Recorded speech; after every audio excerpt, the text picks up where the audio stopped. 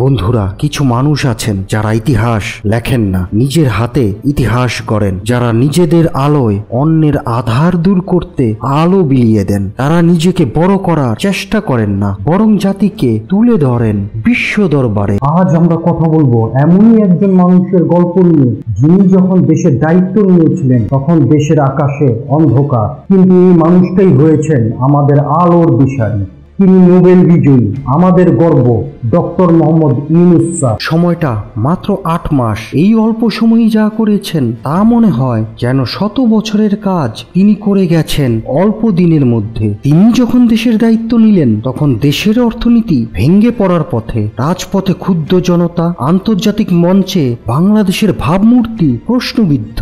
রাজনৈতিক মাঠ ছিল পিচ্ছিল আর আস্থা ছিল ধ্বংসপ্রায়। কিন্তু এই মানুষটা কোনো প্রচার না করে নিঃশব্দের সামনে এসে দাঁড়ালেন, যেন বললেন, আমি আছি, ভয় নেই। এই অল্প সময়ের মধ্যে তিনি পরিশোধ করেছেন প্রায় 62,000 কোটি টাকার দেশি ও বিদেশি ঋণ। দেশের রেমিটেন্স বেড়েছে 18.49 বিলিয়ন ডলারে, আর রিজার্ভ দাঁড়িয়েছে 25 বিলিয়নে, যেখানে গত বছর ছিল 21 বিলিয়নেরও নিচে। একটানা পরিশ্রম আর দুর্দান্ত অর্থনৈতিক পরিকল্পনায় তিনি আবার অর্থনীতিকে প্রাণ ফিরিয়ে দিয়েছেন।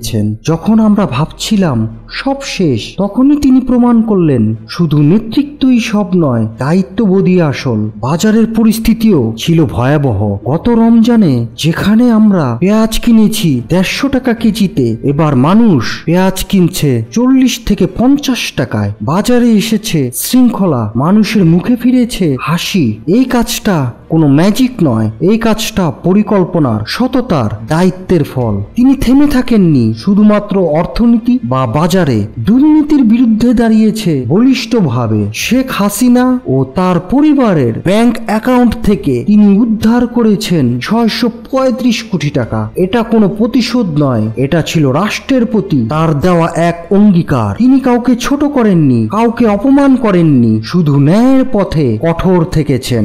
আইনের ক্ষেত্রেও ছিল বড় পরিবর্তন। ধর্ষণের মতো জঘন্য অপরাধের বিচার 90 দিনের মধ্যে সম্পূর্ণ করার, আইন কার্যকর করার ঘোষণা দেন তিনি। এর আগে আমরা অনেক নেতাকে দেখেছি যারা এই ধরনের প্রতিশ্রুতি দিয়েছে, কিন্তু কেউ বাস্তবায়ন করেনি। ইউনূস স্যার তা করেছেন। তিনি আন্তর্জাতিক মঞ্চেও বাংলাদেশের মর্যাদা ফিরিয়ে এনেছেন। ফিফার নিষেধাজ্ঞা ছিল বাংলাদেশের ফুটবলের উপর, তিনি তা তুলে এনেছেন। তিনি শুধু আমাদের উন্নয়নের খবর পৌঁছাননি, আমাদের সম্মানও ফিরিয়ে এনেছেন। চীনের রাষ্ট্রদূত ঘোষণা দিয়েছেন বিশ্বের সবচেয়ে বড় সোলার কোম্পানি লোমি বাংলাদেশে কারখানা গড়বে।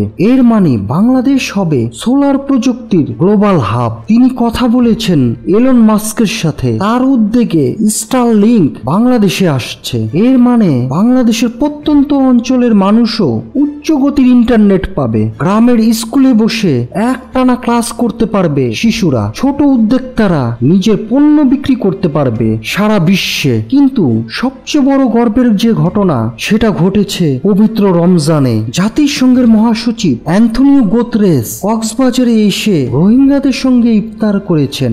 1 লাখ রোহিঙ্গা ব্যানার ধরে বলেছে, আমরা রাষ্ট্রহীন নই, আমাদের সম্মানের সাথে ফিরিয়ে নিন। এই কূটনৈতিক চাল ছিল ইউনূস স্যারের মাস্টার প্ল্যান, আর তার ফল জাতিসংঘ ঘোষণা দিয়েছে পরের রমজানে রোহিঙ্গারা মিয়ানমার গিয়ে ইফতার করবে। এই এক ঘোষণাই বলে দেয় তিনি কেবল সমস্যা মেটান না, তিনি ইতিহাস গড়েন। তিনি যখন চট্টগ্রামে দাঁড়িয়ে আঞ্চলিক ভাষায় রোহিঙ্গাদের উদ্দেশ্যে বক্তব্য দিলেন, তখন যেন মনে হচ্ছিল একজন দেশের মা বাবা কথা বলছে তার সন্তানদের সাথে। এতটা আন্তরিকতা, এতটা মানবতা আজকের রাজনীতিতে বড়ই বিরল। আরো বিস্ময় অপেক্ষা করছিল সামনে। জাতিসংঘের মহাসচিবকে পাঞ্জাবি পরিয়ে সম্মান জানালেন তিনি। এমন ঘটনা বাংলাদেশে আগে কখনো ঘটেনি। এই ছিল আমাদের সংস্কৃতির প্রতি ভালোবাসা, আমাদের পরিচয়কে তুলে ধরার এক নিঃশব্দ প্রতিবাদ। শিক্ষাক্ষেত্রেও তিনি এনেছে ঘটনমূলক পরিবর্তন। প্রাথমিক বিদ্যালয়ের প্রধান শিক্ষকেরা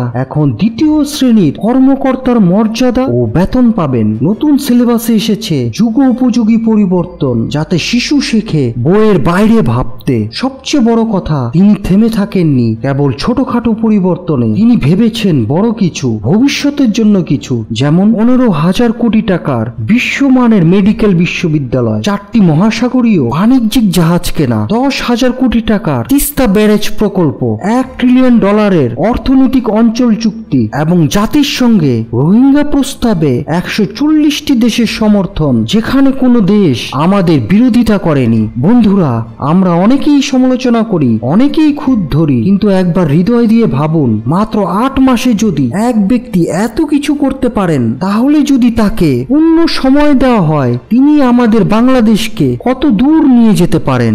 আজ আমরা সেই মানুষকে পেয়েছি যাকে আমরা সব সময় খুঁজেছি, যিনি ক্ষমতা চান না, দায়িত্ব চান, যিনি প্রচার নয় কাজ দিয়ে প্রমাণ দিতে চান। আসুন আমরা তাকে সম্মান করি, তার কাজের স্বীকৃতি দেই।